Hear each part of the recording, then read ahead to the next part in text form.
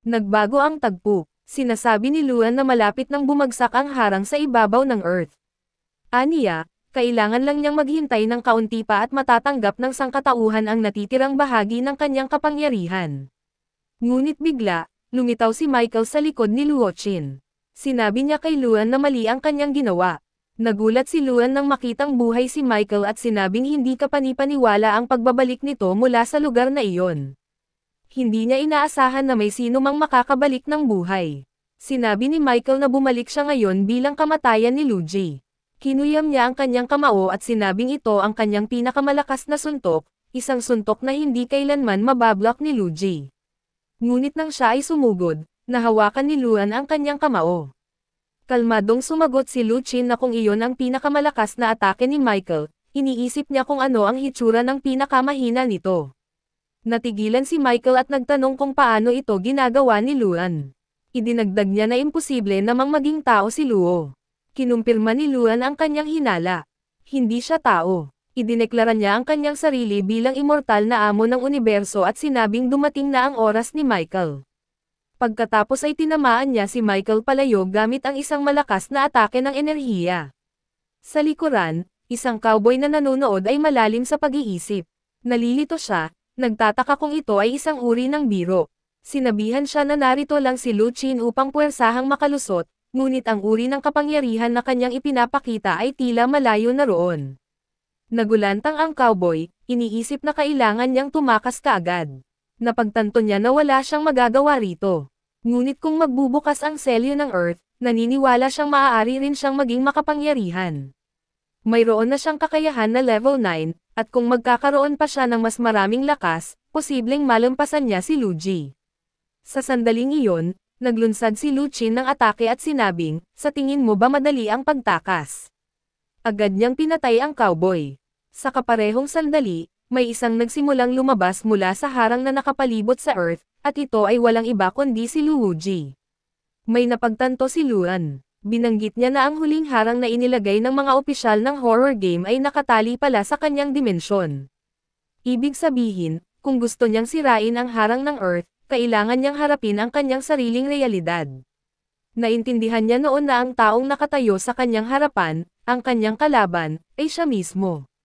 Nabahala si Luan. Napansin niya na ang kanyang kasalukuyang antas ng kapangyarihan ay hindi tumutugma sa kanyang tunay na realidad.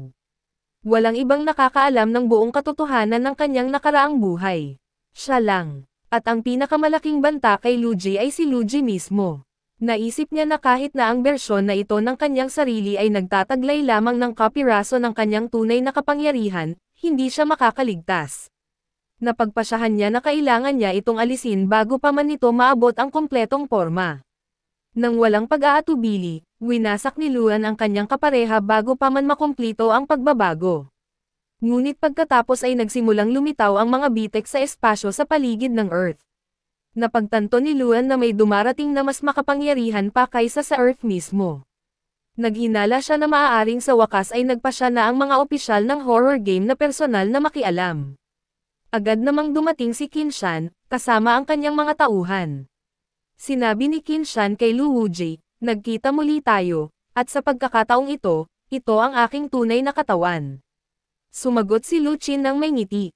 Kaya ikaw na naman pala, ang dumating noong nakaraang beses. Mukhang desperado na ang horror game. Alam nilang hindi nila ako matatalo. Alam nilang, masisira ko ang patakaran na kanilang pinanatili sa Earth sa loob ng maraming taon. Inamin ni Qinshan na minamaliit nila siya. Hindi nila inakala na makakarating siya sa puntong ito. Napansin niya na tila lubos na sinusuportahan ng langit at lupa si Luigi. Habang papalapit si Luan, pinutol niya ito at sinabing, tama na ang usapan. Tapusin na natin ito. Pagkatapos ay naglunsad siya ng atake kay Qinshan, ngunit nag-teleport si Qinshan, at inilagan ang atake ng walang kahirap-hirap. Paliwanag ni Qinshan na noong nakaraang beses na inatake mo ako, hindi pa iyon ang aking tunay na katawan. Ngayon, ito na, at hindi mo ito mahahawakan. Sa pilitan akong bumaba sa Earth, na nangangahulugang pinipigilan ang aking mga kapangyarihan. Ngunit kahit ganoon, taglay ko pa rin ang lakas ng isang user ng level 10 na abilidad o isang awaken na nasa ikawalong antas. Sapat na yan para talunin ka, Lalo na't kada rating mo lang, sabi ni Qinshan. Sinalag ni Luoqin ang atake gamit ang isang harang at nagkomento, iyan lang ba ang lakas mo? Akala ko magiging kapana-panabik ang pakikipaglaban sa'yo. Pero nakakadismaya lang ito. Tiniyak naman ni Qinshan sa kanya, huwag kang mag-alala. Mayroon akong ilang kawili-wiling kapangyarihan. Bigla, mula sa gilid, isang tao ang nagpakawala ng pana, na tumagos sa harang ni Luji at dumiretso sa kanyang katawan, habang inilaygan niya ang atake. Naisip ni Luan, paano nalampasan ng taong ito ang harang ng hindi gumagamit ng anumang espiritual na artefakto. Nagpatuloy siya sa pagsusuri, kung walang artefakto, walang sino man ang makakapigil sa aking kapangyarihan. Anong uri ng sandata ang hawak niya sa kanyang kamay? Nang tingnan niya ng mas malapitan, nakilala ito ni Luan at bumulong sa kanyang sarili, iyan ang pana ng tagumpay, ang pinagpala ng Diyos ng araw. Kaya pala nakakarating sa akin ang kanyang mga atake. Bigla, isa pang lalaki ang lumitaw sa likod ni Luoqin. Habang inoobserbahan ang kanyang napakabilis na kilos, inamin ni Luan, talagang kumikilos siya tulad ng isang level 8 ability user. Sumugod ang lalaking iyon upang umatake. Ngunit mabilis na umilag at nag-teleport si Luan malapit sa lalaking may hawak ng pana ng tagumpay. Kailangan ko munang alisin ang taong ito. Masyadong delikado ang kanyang mga long-range na atake. Hindi kayang panindigan ng depensa ko laban sa kanya. Sa sandaling iyon, muling inaktibo ni Qinshan ang dimensyon. At muling nagkaharap si Luan at si Lu Wuji, na umatake gamit ang kanyang espada. Nagulat si Luan. Paano siya nakabalik? Pinatay ko na siya. Kalmadong sumagot si Qinshan, nakalimutan mo ba? Mayroon pa tayong selyadong enerhiya ng Earth. Sa pamamagitan nito, makakalikha tayo ng maraming clone hanggat gusto natin. Malamig na nagsalita si Luji, gaano ka man kalakas, hindi mo kailanman malalampasan ang iyong tunay na sarili. Sumagot naman si Luoqin, linawin ko ang maling akal ang iyan. Maaaring kahawig mo ako, ngunit hinding-hindi ka magiging ako. Salamat sa'yo, naaalala ko na ang nakaraan ko. Ngayon, ipapakita ko sa'yo ang tunay na kapangyarihan ng immortal na Luji. Habang nagbabago si Luji sa kanyang tunay na anyo, kitang-kita ang pagkabigla sa Peking Luji. Nagtatakang nagtanong si Qinshan, ano ang nangyayari? Bakit ko nararamdaman ang isang napakapanganib na enerhiya na nagmumula sa kanya? Higit pa sa dati, gaano karaming trick ba ang tinatago ng taong ito? Deklara ni Luan, mamatay na kayong lahat ngayon. Bubuksan ko ang buong kapangyarihan ng Emperor Scripture. Agad na nawasak ng paglabas ng kapangyarihan ang Peking Luji. Napasinghap si Qinshan, itinatago mo pala ang iyong tunay na lakas sa buong panahong ito. Sumagot si Luan, maliit na trick lang iyon. Walang ni isa sa inyo ang nakapansin. Mula sa simula, hindi ang paglusot ang layunin ko. Gusto kong maparito sa akin ang lahat ng mga opisyal sa likod ng horror game. At tingnan mo, nagtagumpay ako. Nandito na kayong lahat. Alam kong ang pinakamalakas sa inyo ay sa huli ay darating upang pigilan ako. Ngunit ngayon, kahit ang pinakamalakas ninyo ay hindi na makakatalo sa akin. At ito ang pinakamahusay na oras para tapusin kayong lahat ng sabay-sabay. Sumigaw si Qinshan sa kanyang mga kakampi, sugod. Patayin siya. Hindi natin siya maaaring payagan na makapasok sa selyadong espasyo. Sabay-sabay na sumugod ang buong grupo. Kalmadong sinabi ni Luji, na ipakita ninyo na sa akin ang inyong lakas. Ngayon, hayaan ninyo akong ipakita sa inyo ang akin. Tinawag niya ang kanyang sandata, aking mahal na Emperor Sword, paumanhin kong ibabalik kita sa mahinang mundong ito, ngunit kailangan kita muli.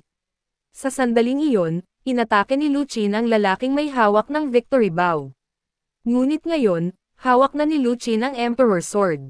Sa isang hampas, ganap niyang pinawalang bisa ang atake.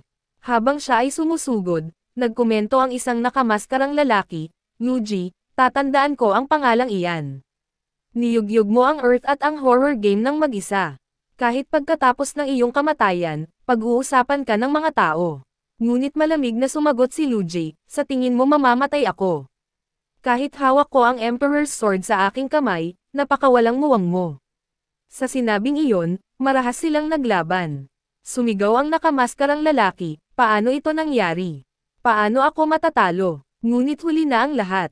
Natalo na siya. Sa parehong oras, nagsimulang pumutok ang Earth Seal. Gulat na sumigaw si Kenshan, bumabagsak ang Earth Seal. Ang kanyang mga atake ay nakakaapekto sa selyo. Patayin siya ngayon o sisirain niya ang lahat ng ating kapangyarihan. Sa matinding pagkabahala, sumugod muli ang lahat ng iba pa upang umatake. Kung mawawala ang enerhiya ng Earth, wala sa atin ang makakaligtas. Kailangan natin itong pigilan na mabawi. Sumigaw si Luan, mga ipokrito kayo. Ninakaw nyo ang enerhiya ng Earth tapos ayaw niyong isauli. Karapat-dapat lang sa inyo to.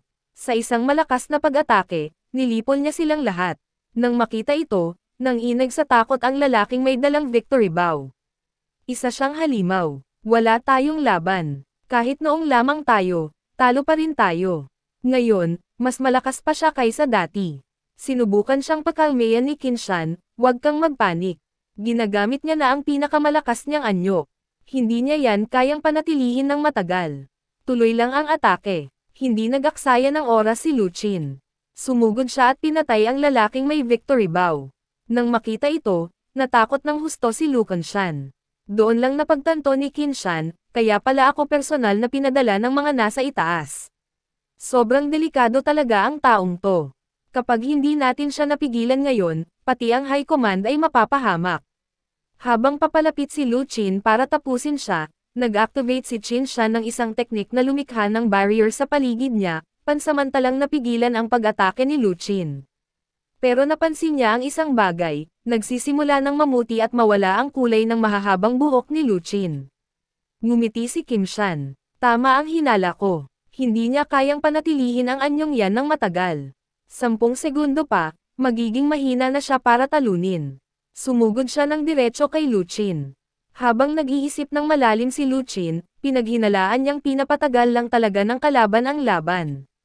Biglang sabay-sabay na dumapo ang mga atake sa ulo ni Luo Chen. Gamit ang kanyang barrier, na-block niya lahat ng iyon. Pero sa oras na yon, nasa likod na niya si Kenshan. May pangungot siyang sabi ni Kenshan, dito ka na matatapos, Luchin. Sobra na ang gulo mong ginawa. Tanggapin mo na lang ang suntok ko. At mamatay ka ng payapa.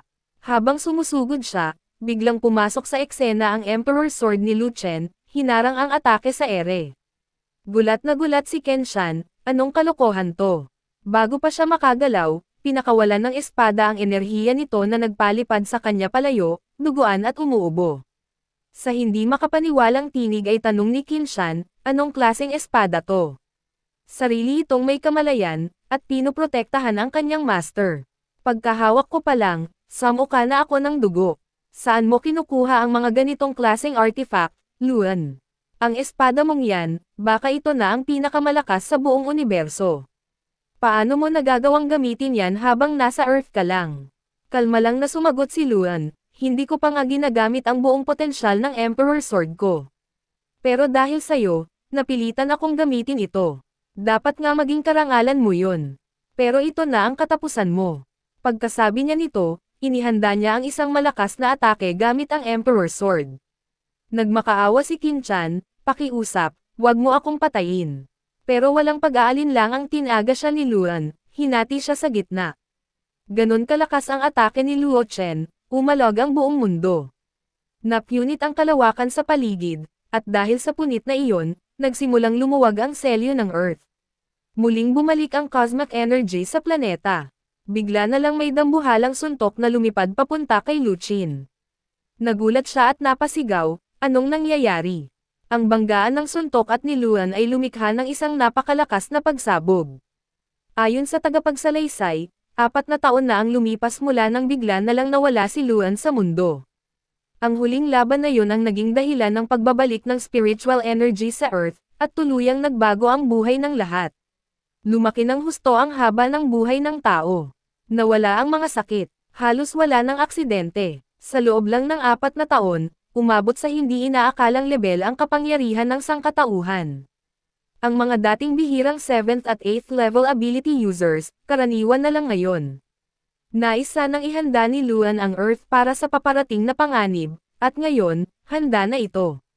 Ngunit ang lipunan ay nahati sa 2 kampo, ang mga nirerespeto ang sakripisyo ni Lu Chen at sumasamba sa kanya bilang isang Diyos, at ang mga nagkaroon ng kapangyarihan at ngayon ay binabastos si Lu Qin, nilalay siya dahil sa matagal niyang pagkawala.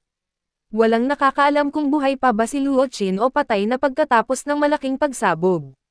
Isang misteryo pa rin ang kanyang kapalaran. Ngunit habang patuloy pa rin ang mga kwento tungkol kay Luan, abangan ang kasunod sa ating manhwa, paki-like and subscribe na din po, salamat.